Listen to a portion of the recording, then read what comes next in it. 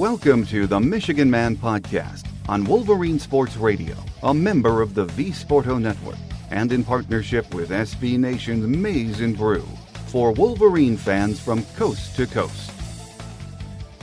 Go Blue and welcome to the show. I'm your host, Mike Fitzpatrick. On this Christmas Eve, our guest is football and basketball beat writer Orion Sang from the Detroit Free Press.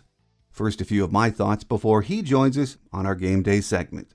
I'm recording this on the 23rd for release on Christmas Eve, so who knows what will happen in the next few hours. Don Brown was released on Tuesday, no surprise, as was obvious change was needed. Don has been an outstanding coach at every stop in his career. His overall body of work here at Michigan was, for the most part, exceptional. I'm not sure what happened with his defense this year, and I'm not sure if he can explain what led to the collapse. These things do happen, though, and it is time to move on. The Harbaugh extension is on the table, but whether he accepts or moves on is still very unclear. Again, these things are happening right now, and we could have a decision within hours. By the time this show airs, we just don't know. Whatever happens, it will be a busy winter with lots of news and interest surrounding the football program, so I hope you stay with us as we get into the new year. My guest today says that before the season, he thought Michigan would be lucky to end up 4-4. He never envisioned we'd end up 2-4 and be regressing each week. He also says the jury is still out on just how good Juwan Howard's team might be, but we'll have a better idea very soon. Beat writer Orion Sang from the Detroit Free Press joins us next on our Christmas Eve edition of The Michigan Man. So stay with us.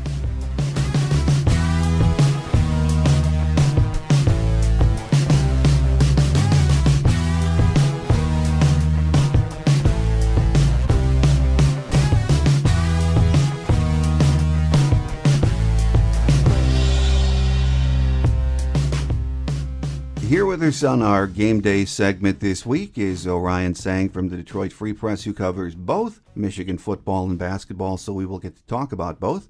Welcome to the show, Orion. Good to be back, Mike. Happy holidays. And happy holidays to you, sir. As we mentioned, you cover both Michigan football and basketball, so let's start with a little football talk. On Monday, I thought it was interesting the Michigan Athletic Department, announced they would not play in a bowl game, which really is in some ways too bad because they really could have used those 15 extra practices that they get. But the announcement was not a surprise because a lot of teams are opting out, aren't they, Orion? Yeah, I guess it's not a surprise just based on their COVID issues and their record. So it's not a surprise that they weren't invited. And like you said, a lot of teams are opting out even if they are invited, or preemptively opting out at least. I think Jeff Hasley, the Boston College coach, put it best. Boston College is, I think, 5-4 or 6-5, and they opted out because Hasley said in the past, a bowl game was a reward for the hard work and achievement that a team accomplished during the season, right? But this year, it's more of a reward to a lot of players to go home for the holidays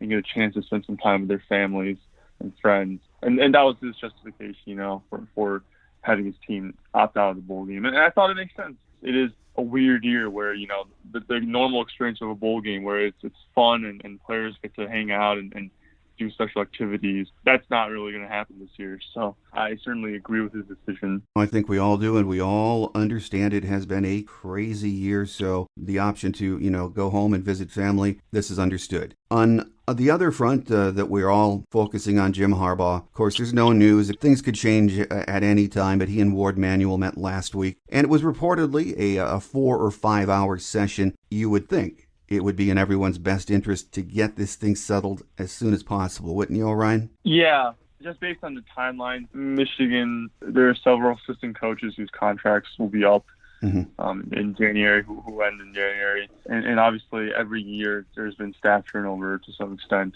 So, assuming they need to hire some assistants, the situation will have to be resolved to keep them in the mix for assistants they may want to hire. Other schools will be trying to hire assistants too. So, it could be a detriment to Michigan's ability to hire coaches. And then obviously the same thing goes for recruiting, leading into the February signing period if Michigan does want to land recruits or add transfers to the portal.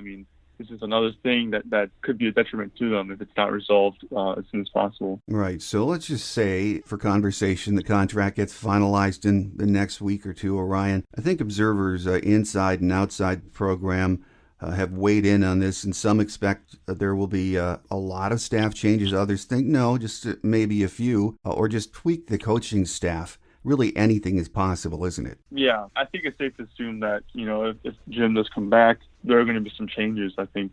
And it's necessary, when you had the season like they did, where not only they finished with a losing record, but they weren't competitive in some games. You've got to look and be introspective and think about what went wrong. And, I think he will do that. He has never been afraid to make changes on the staff.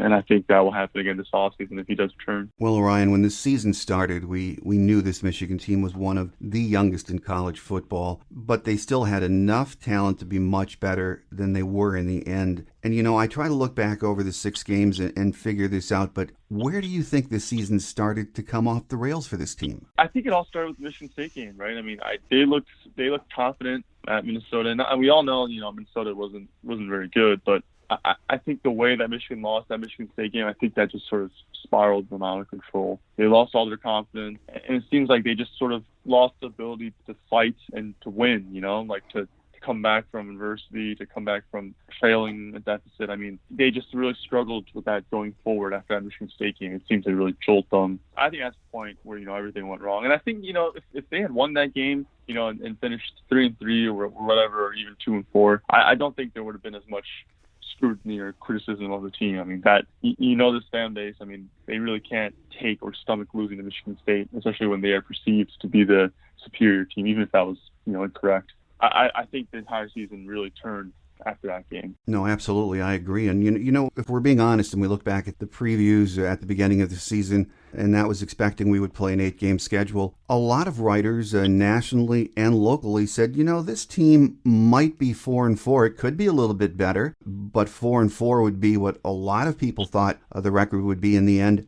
I think the unhappiness is just how the team went south after that Michigan State game. Yeah, I think we go 4-4 entering the season because I thought that this team didn't have as much experience as, others. It was one of the least experienced teams in the nation. When you look at the recruiting rankings, Michigan, is arguably, quote unquote, more talented than most of the teams in the Big Ten. But when you talk about just in the context of Michigan itself, there was less NFL talent on this roster than on previous Michigan teams. And I thought that would come into play. And it certainly did. And obviously they had a really unlucky year with attrition, a couple opt-outs, right? They had pretty much every high-level contributor or prospect with NFL potential got hurt at some point this season. So that did not help them at all either. But obviously, you look at the games, you can't really say that, even if they had been healthy, that they would have done that well.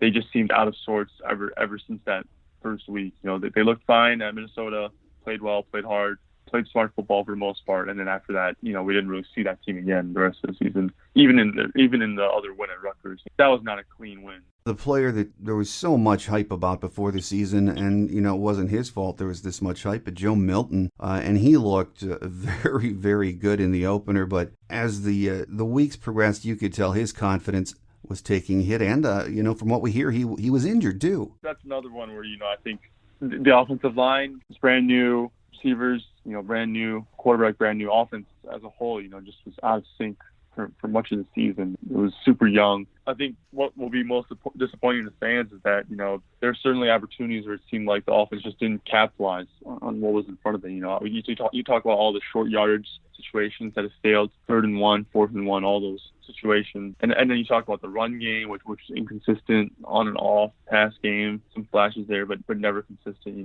I think it sort of sums up, Joe's season sort of sums up the offense's season as a whole. There are flashes, but never could quite put it all together. Well, no, and the offense struggled as a unit this season, Orion, and that's, all the postmortems are being done right now, and people are trying to pinpoint, was it the offensive line, was it the receivers, was it shuffling too many backs, and was it the offensive game planning? I think you could check each one of those off. It was just a total system failure, wasn't it, on offense? It was just a different situation from last year. I mean, you talk about last year, I don't want to harp on it too much, but you look at the experience on that team. I mean, The offensive line, 4 of those guys went to the NFL after season. I mean, they were veterans who had played together, multi-year starters. I mean, you had experience at receiver.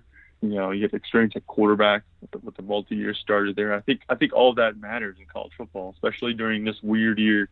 When Michigan didn't get spring practices. They had an abbreviated off season, fewer workouts than normal. I think experience plays a huge factor. You know, you look at teams like Notre Dame or Northwestern, it seemed like those teams were filled with veterans and seniors, and I think that really helps. It really pays off in a year like this, and Michigan just didn't have that. Well, and on the other side of the ball, the defense, they were just bad all year, and you can take your pick. Injuries, youth, schematics, lack of confidence, whatever was going on. I think in my lifetime, that was the hardest Michigan defense to watch. That's the one where it's a little more inexplainable because, they returned more pieces on defense and offense, and it just really completely fell apart. I think it starts from the Michigan State game. I think that killed the defense's confidence, especially in pass coverage. I mean, they were getting bombed for deep balls the entire time. And I think going forward, they tried to fix it. They tried to play more zone coverage. They tried to play different schemes, and it just didn't really work out. And obviously, the injuries to Aiden Hutchinson and Kwity Paye at Indiana didn't help either. That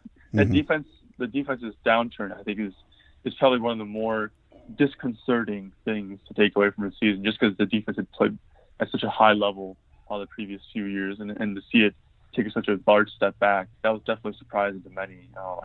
I thought it wouldn't be as good as it had been in the past, but I did not foresee the defense being as bad as it was, for sure. No. And now that the season is over, Orion, I think I, like many other Michigan fans, are asking ourselves, how did we get to this point in the sixth year of the Harbaugh regime? Are we being overly critical of this team, given their youth and the COVID environment they played under this year? I think it's a blend of both. I think that it is very difficult for any team not named Clemson, Alabama, or Ohio State to reload, especially, when you look at just how many players Michigan lost from last year. I mean, counting to, NFL draft attrition, graduation, and then injuries and opt-outs. I mean, the number was enormous.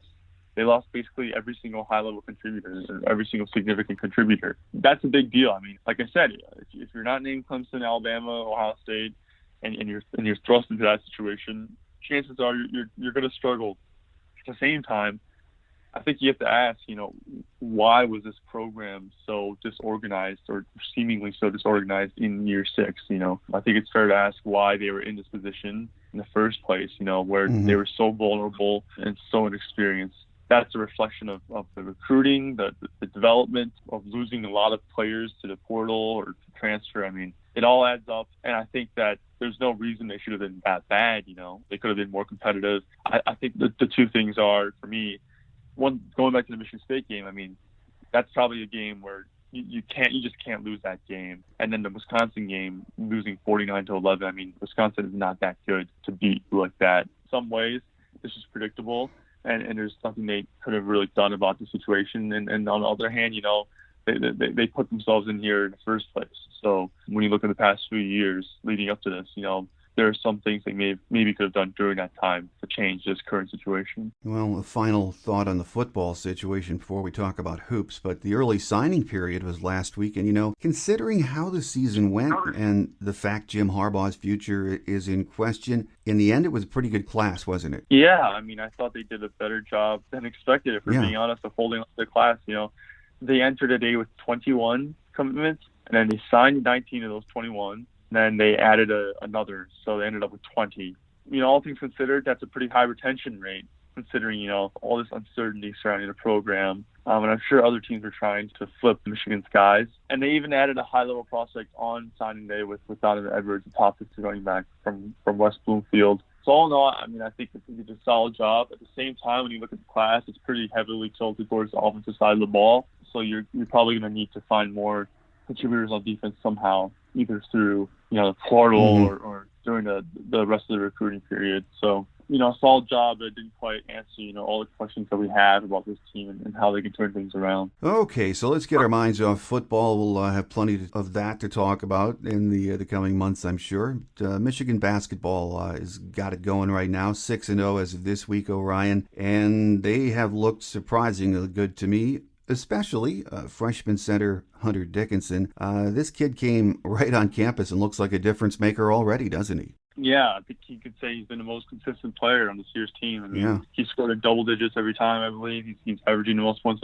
on a team, most rebounds. I mean, every time you call upon him, he is dependable. And I think that's, again, I think that's hugely important for this year's team, just because there's no Xavier Simpson. That was just like the backbone of last year's offense. This year there's a lot of different guys who handle the ball, a lot of different guys who get their chance to make plays. But I think every time they pass the ball to Hunter down low, every time they set him in the post for post-up possession, I think he's done well. And I think that's key for an offense that's still trying to figure out who can rely on, what it can do. I think having the option to give the ball to Hunter down low, I think that's been really key for them. And one thing we've seen through these first 6 games is a lot of people getting rotated into the game. So it looks like this is a fairly deep team with COVID and a long season ahead of you.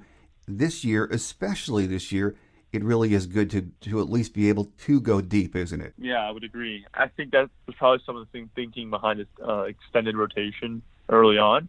I think he showed last year that he's more conventional in terms of his rotation and wanting to play maybe 7 to 8 guys a night, which makes sense. You want to play your best guys, get them on the floor as often as possible. But I think this year he was able to get some guys important minutes early, guys like Terrence Williams, Zeb Jackson. That could help down the line, you never know. But right now, I think there is a clear pecking order in terms of the rotation and who they will be playing going forward. But like you said, it does help that some of those other guys got some time early on. Well, we just talked about Hunter Dickinson, what an impact he's been on both ends of the floor for us. But others we expect to lead the way. Isaiah Livers, when he came back, we expect big things. And being a leader from Isaiah, and he's looked pretty good so far. Yeah, they've given him some more leeway, some more responsibilities with the ball. I think he's handled it pretty well for the most part. More assists.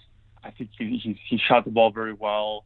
He's making more plays as the ball handler, which is promising. I think it should be mentioned, though, that, their wings, Isaiah and Franz, they've also had some off nights, some nights where they weren't that consistent or weren't that present on the box score.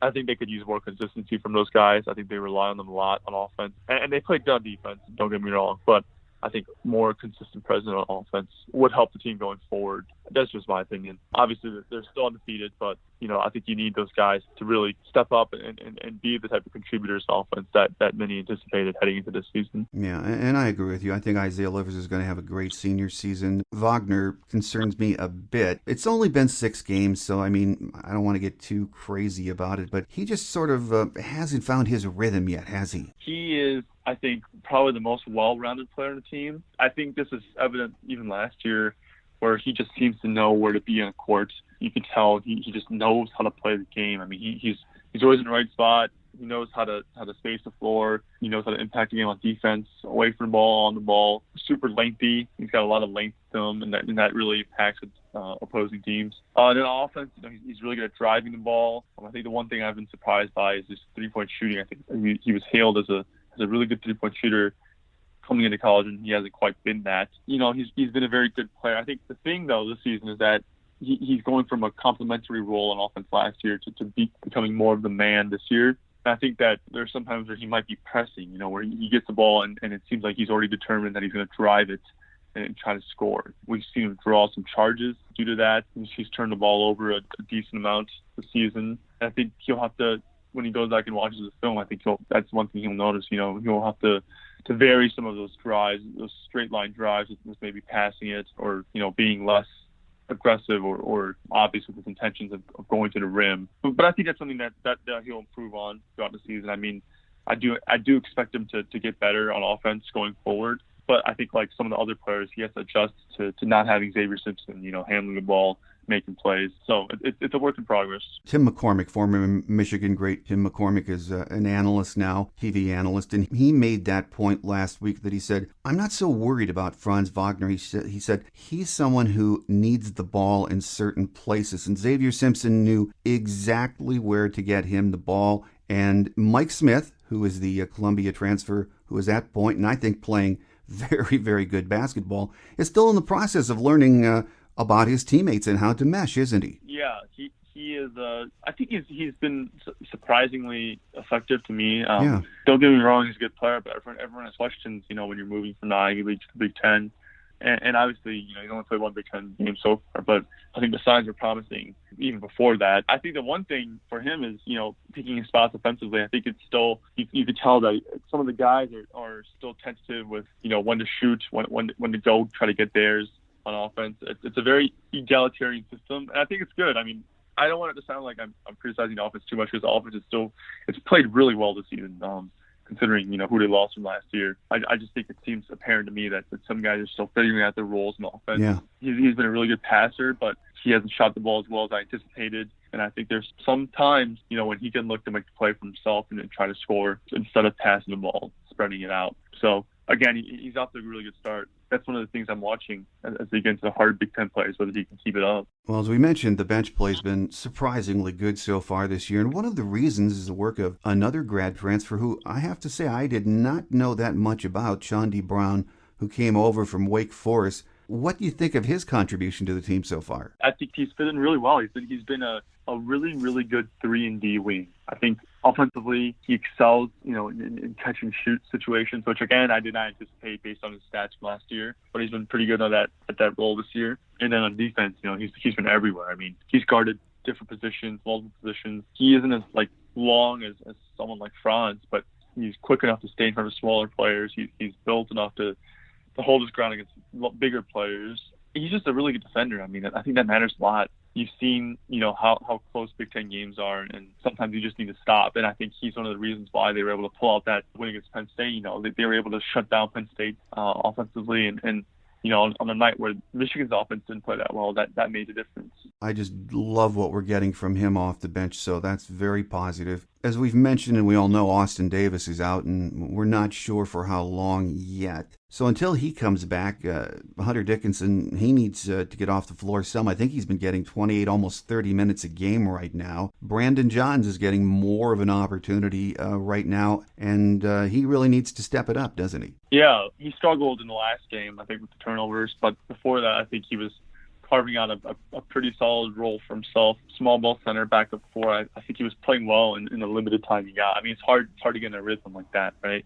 But I think that he was providing a lot of energy on both ends of the court.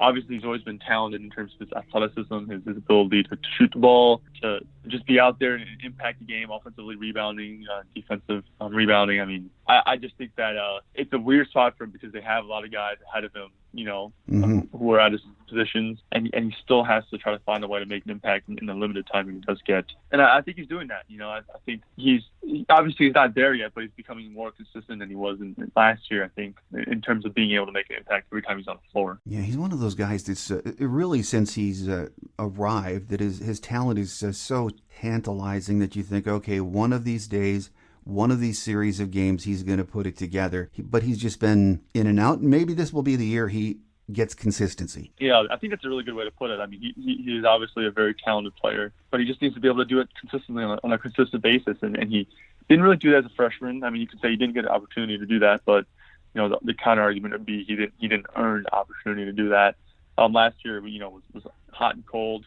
Sometimes looked like the best player on the floor for both teams, and then sometimes looked like he didn't belong in a court either. And I think this year there's less variation. Obviously he's coming off probably his worst game of the season against Penn State. Before that, I think he was smoothing out his play, leveling it out, and becoming more of a consistent presence on the court. So, I mean, tough for him because, he's not a starter, and, it might help him even more if he was getting more minutes. But, you've got to make do with what you get, and I think he's on his way to doing that this year. Well, I'm hoping we get Austin Davis back sooner than later. I mean, I just love what he brings to the game, whether it's off the bench or whether he's starting. But as far as his injury, I guess I haven't seen anything specifically as to what it is or even a time frame when he's expected back, Orion. Yeah, there's been nothing on that front. Obviously, tough situation for him because he's a fifth-year senior, came back and got hurt. I think they're doing a good job of trying to figure things out, though, because obviously he was a starting center, played fewer minutes than Dickinson, but still an important member of the rotation. I think they pivoted Brandon Johns as a backup center. Terrence Williams got some time, too. Going smaller, I think, was necessary in the wake of that injury. I think that's what they've leaned to. And I think it's working well for them. Obviously, they'd like to get him back as soon as possible, but right now I think they're making the best of the situation. Obviously, it's really difficult for Austin to lose out on such a large portion of the senior season like that. So you definitely hope that he's able to recover soon. Well, at this point, we are 1-0 in Big Ten play, as we all know, 6-0 overall, and we're going to hook up with Nebraska on Christmas Day down there in Lincoln. No easy games as we're seeing in the Big Ten. It's really been that way for a long time, but this year looks, again, grueling. But if we bring our A game on Christmas Day, I think Michigan is a tough matchup for the Huskers, don't you? Yeah, I think so too. I think you say that for most Big Ten teams. Yeah. That they're a tough matchup for Nebraska. I think they will be good eventually, but I think Hoiberg's just trying to get his guys in there right now. It's a pretty tough rebuilding job. But again, it's on the road. No, I mean, there's no crowd, but I think road games are still tough. And like you said, every game in the Big Ten will be a battle. So definitely an opponent that Michigan can't overlook. It's a weird situation because they are playing on Christmas, so maybe there's more distractions than usual just because you're thinking about, you want to be with family instead of being in Nebraska. So we'll see. I think those first few minutes of the game, it will be pretty insightful into what Michigan's done during these past 12 days and, where the players' minds are at, because this is a tough situation. This is during holiday season, and they drew the short straw and having to go to Nebraska on Christmas Day. So I'm definitely interested to see how Michigan starts that game for sure. The Big Ten is so loaded up this year, as we've mentioned. I mean, you just look at what they've done against outside competition. It's been very impressive. But when you look at this Michigan team, and again, this probably isn't a fair question, 6 games into a weird season already, but is it too early to know or even make a guess as to whether Michigan is an upper tier team in the conference or maybe just a middle of the pack club? They're looking pretty good, but I want to wait because their non-conference schedule obviously wasn't very imposing. I still say that this is a 3-team race at the top between, like, 4-team race. I'll say 4-team race between Wisconsin, Illinois, Iowa, and Michigan State. I still believe Michigan State's going to be up there at the end of the season. Michigan, when they play to their full potential, looks like a team that could contend when everything's clicking, when those open threes are falling, when open shots are falling, and the defense is clamping down. I mean, I think they look as good as any other team in the country. It's just about bringing those moments and putting them together throughout the course of the game, instead of having it happen like once or twice during the game. It's all about consistency. I think that if they're able to establish more consistency over the course of the season, then yes, I could see them becoming a Big Ten contender. But as of right now, I have to put them in that second tier. I want to see more from them, and I just think some of those other teams, have more firepower than Michigan. I guess is what I'll say. Like if you're looking at Wisconsin, I mean, they brought back 4 or 5 seniors from a team that already won the Big Ten. Illinois, they have a couple NBA caliber prospects. And then Iowa, that offense is something else, So I'm in a wait-and-see mode when it comes to declaring Michigan as a contender with those teams. Well, final question for you today, Orion, before we let you get away. We saw what COVID did to Michigan football and really much of college football, for that matter, in the last months. How it impacts this college basketball season really is the major story to watch, isn't it? Yeah. You just got to be safe and just some semblance of luck. I'd have to imagine that comes with not getting it. They seem to have done a pretty good job of being safe and responsible, and obviously hope their good fortune continues. But a lot of teams have already dealt with this in some way or some fashion, with the people in the program getting it, having to pause or shut down, cancel games. At this point, you're just waiting to see how it impacts Michigan's season. They've already had one game canceled because the opponent got it. We'll see what happens going forward. It's not going to be an easy year. Not going to be a normal year. I think you've already seen that from college football and from the early portion of the college basketball season. So we'll see. Fingers crossed that they don't have an outbreak. I just think that it'll be tough to avoid given what you've seen with other programs, other teams across the nation. Oh, absolutely. I agree. But it's at least good to have college basketball back. And let's keep our fingers crossed with the vaccine out there. And even though it won't get to us in that age group until much later in the year, let's just hope we have a long season and get as many games in as possible. So we shall see. With us today on our Game Day segment has been Orion Sang from the Detroit Free Press, who covers both football and basketball for the University of Michigan. Orion, always a pleasure to have you on the show, and we wish you and yours a very Merry Christmas and a Happy Holidays, and we look forward in the next year getting you back on, especially this winter, talking Michigan hoops.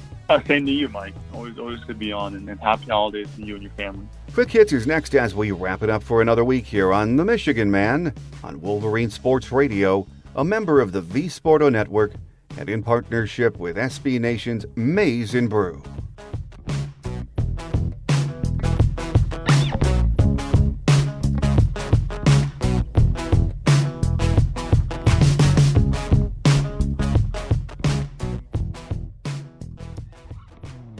On Quick Hits today, basketball is in action tomorrow at Nebraska in a very rare Christmas Day game.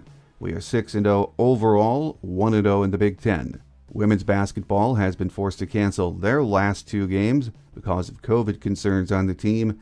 There is no word as to how extensive the problem is. Once again, I want to take a minute to wish each and every one of you a very merry and safe Christmas. It has been a hard year for so many of you, I know that. Even gathering with family and friends at this joyous time of the year is out of the question for many of us. We've survived a difficult 2020, and we can only hope and pray the coming year will be better for all of us, and I think it will be. I will be back next week with our final show of this very forgettable year with all the latest news on Michigan athletics. So make sure you join me. I'm your host, Mike Fitzpatrick. Again, I wish each and every one of you a very Merry Christmas. Have a great Wolverine week, everyone. Until we meet again, take care, and as always, go Blue. Thanks for joining us today on The Michigan Man, here on Wolverine Sports Radio, a member of the V Sporto Network, and in partnership with SB Nation's Maize and Brew. Our listener lines are open 24/7 for your calls at 313-263-4842. That's 313-263-4842. Or email us at themichiganmanpodcast@yahoo.com. That's themichiganmanpodcast@yahoo.com. The Michigan Man Podcast is produced at the studios of Robin Lynn Productions, Allen Park, Michigan, and is not affiliated with the University of Michigan. Go Blue!